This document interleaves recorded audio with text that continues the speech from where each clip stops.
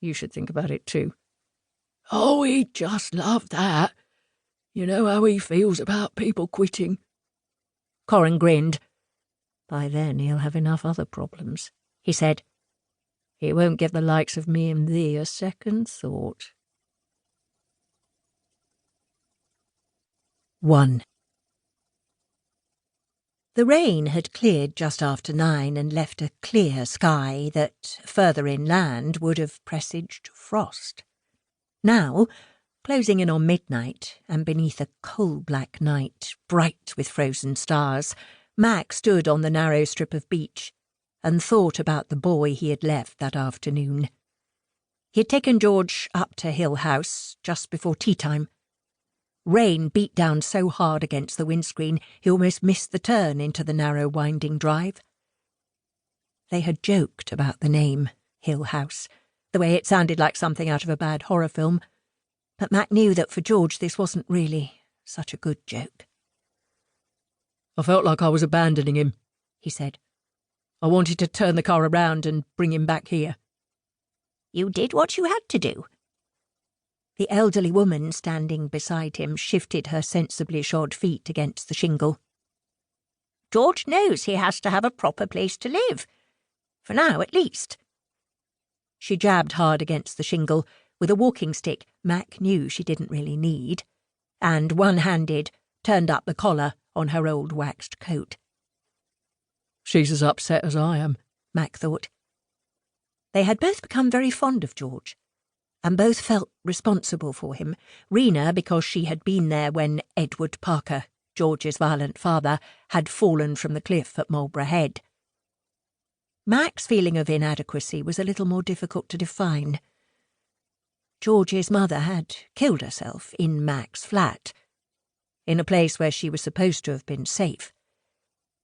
And Mac had not anticipated this, not seen how desperate and lost the woman was. He found it hard to forgive himself. Mac thrust cold hands deeper into his pockets and stared harder at the ink-black ocean that dragged at the shingle just a few yards away. "They were all so damnably cheerful," he complained. "The carers, or whatever you call them. Also, come along in, George, you'll be fine. Just have some cake." He laughed awkwardly, aware suddenly of how petulant he sounded. "I think Paul's parents would have kept George if they could, but they have to jump through the usual hoops first. Seems like a stupid waste of time to me." "I suppose social services have to do things according to their own mysterious plans," Rina said calmly.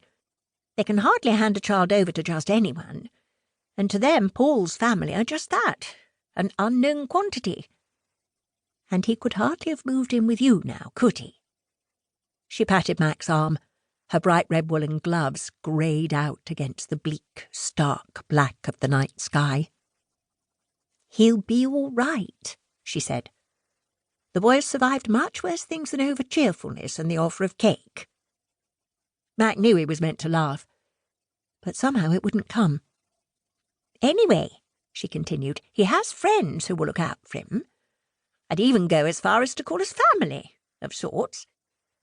Mac nodded, knowing she was right, hoping it would be enough. "We should go in," Rina said. "You're frozen through." "And you're not?" "Oh, I'm rarely cold, you know that." He glanced sideways, taking in the solid figure in the old waxed coat, twin scarves and straight tweed skirt, topped and tailed by those ugly crepe-soled boots and that unsquashable, shapeless red velvet hat. "Dressed like that, I'm not surprised. You know," he continued as they turned to go, "there was a time when I couldn't even bear to look at the ocean. Couldn't stand the sound of it." "You've come a long way," she said, and nodded emphatically. "Do you still dream about her?" Mac did not immediately respond. Rina was always direct, but this subject, the little girl that Mac had been unable to save, was one that even her straight-to-the-point approach usually diverted around. Mac had confronted her abductor on a beach, very like this one, had seen the child die, forced to watch and been unable to do a damn thing about it.